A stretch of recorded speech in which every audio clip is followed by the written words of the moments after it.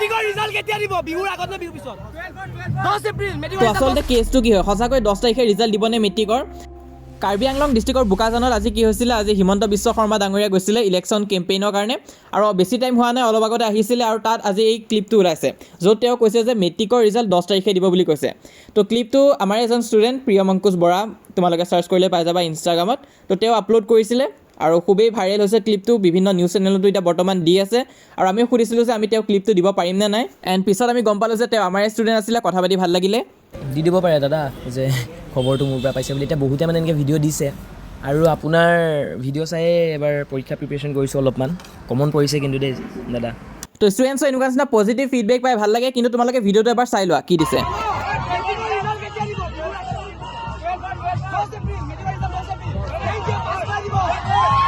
মেট্ৰিকৰ ৰিজাল্ট কেতিয়া দিব বিহুৰ আগত নে বিহুৰ পিছত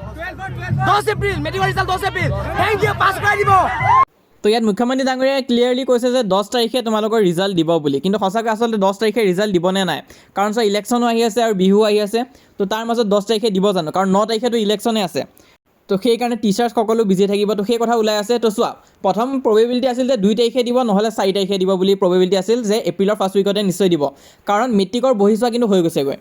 তো বহুতে কৈ আছে যে মেট্ৰিকৰ বহি চোৱা এতিয়াও হোৱা নাই তো চোৱা মেট্ৰিকৰ কমপ্লিট হৈছে হাই ছেকেণ্ডেৰী বহি চোৱাহে এতিয়ালৈ হোৱা নাই তো যিসকলে এইচএছ এক্সাম দিছে তোমালোকৰ কপি কিন্তু এতিয়ালৈ চেক হৈ আছে আমাৰ ইফালে কলেজ আদিতো কিন্তু কপি এতিয়ালৈ চেক কৰি আছে এইচএছৰ ৰিজাল্ট দিওঁতে কিন্তু দেৰি হ'ব কিন্তু মেট্ৰিকৰ কমপ্লিট হৈ গৈছেগৈ জাষ্ট ৰিজাল্ট দিবহে বাকী আছে তো কেনেবাকৈ যদি এইকেইদিনৰ ভিতৰতে যদি ৰিজাল্ট আহি যায় তেনেহ'লে ৰিজাল্ট কেনেকৈ তোমালোকে চাব লাগিব সেইটো কথা বহুতো ষ্টুডেণ্টছে মোক সুধি আছিলা তো চোৱা এছএফে নিজৰ ৱেবছাইটতে দি থৈ দিছে এছএফ ৰিজাল্ট এপ এইটো ডাউনলোড কৰিব দিছে তোমালোকে ডাউনলোড কৰি ল'বা আৰু এপটোত লগ ইন কৰিলে তোমালোকে দেখা পাবা যে লিখা আছে টু বি এনাউন্স চুন সোনকালে এনাউন্স কৰিব বুলি দি থৈ দিছে তো য়েছ বেছি দিন নাই যিসকলে কৈ আছে যে মে'ত ৰিজাল্ট দিব মে'ত কেতিয়াও ৰিজাল্ট নিদিয়ে আগতে দিব এপ্ৰিলৰ ভিতৰতে দিব ৰিজাল্টখিনি আৰু গ্ৰেছ মাৰ্ক দিছে নে নাই ষ্টেপ মাৰ্ক দিছে নে নাই সেইখিনিতো দিছেই তাৰোপৰি এক্সট্ৰা মাৰ্কক লৈ বহুতো চেঞ্চৰ কনফিউজন লাগি আছিলে তো চ' আমি টিচাৰক খবৰ কৰোঁতে আমি গম পাইছোঁ যে বৰ্ডেও গম পাইছে যে ভুল আছিলে ইংলিছ পেপাৰখনত সেই 2 মাৰ্কছৰ কুৱেশ্যন এটা ভুল হৈ আছিলে টি ফ্ৰম আছামৰ যোনটো কুৱেশ্যন দিছিলে আচলতে সেইটো মেডাম ৰাইট দা বাছু আছিল তো টিচাৰ্ছসকলে কৈ আছে যে যিসকল ষ্টুডেণ্টছে এটেম্প কৰিছে সিহঁতক মাৰ্কছ দিয়া হ'ব এটেম্প নকৰিলে কিন্তু মাৰ্কছ দিয়া নহ'ব বুলি কোৱা হৈছিলে তো তুমি যদি এটেম্প কৰি আহিছা তেনেহ'লে মাৰ্কছ পাবাই আৰু যদি এটেম্প কৰা নাই তেনেহ'লে কিন্তু চান্সেছ কম আছে যে মাৰ্ক দিব বা নিদিবই মেবি যদি তোমালোকে এটেম্প কৰা নাছিলা তো সেইটো কথা ক্লিয়াৰ কৰিলোঁ আৰু এটা কথা যদিহে কেনেবাকৈ ফেইল হৈ যায় তেনেহ'লে কি হ'ব চোৱা যদি তোমালোকে 1, 2 বা 3টা ছাবজেক্টত যদি ফেইল কৰা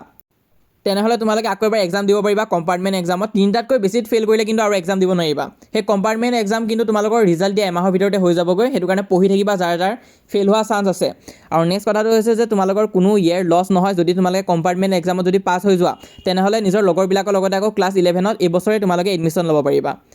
তো আমি যিমান পাৰোঁ তোমালোকক প্ৰিপেয়াৰ কৰি যাম তোমালোকে চেনেলটো ছাবস্ক্ৰাইব কৰি থৈ দিবা যেতিয়া ৰিজাল্টৰ কাৰেক্ট আপডেট আহি যাব অফিচিয়েলি যেতিয়া আহি যাব মই তোমালোকক জনাই দিম তো আমি যিমান পাৰোঁ তোমালোকক মেট্ৰিকত সহায় কৰি ভাবিছোঁ ক্লাছ 11তো মই যিমান পাৰোঁ তোমালোকক সহায় কৰি যাম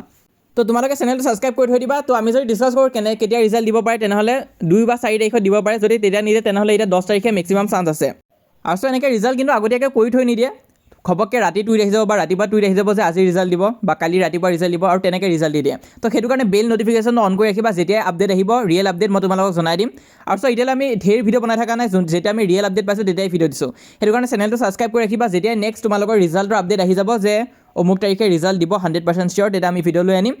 আৰু কোনকেইটা লিংকত তোমালোকে ৰিজাল্ট চাব পাৰিবা সেইখিনিও তোমালোকক জনাই দিম তাৰ কাৰণে হোৱাটছএপতো জইন কৰি থৈ দিয়া তাত মই তোমালোকক লিংকখিনি শ্বেয়াৰ কৰি দিম যোনখিনি গভৰ্ণমেণ্টৰ পৰা দিয়া হ'ব আৰু তাত ৰিজাল্ট চেক কৰিব পাৰিবা তোমালোকে তো সেই লিংকখিনি মই তোমালোকৰ ৰিজাল্ট দিয়া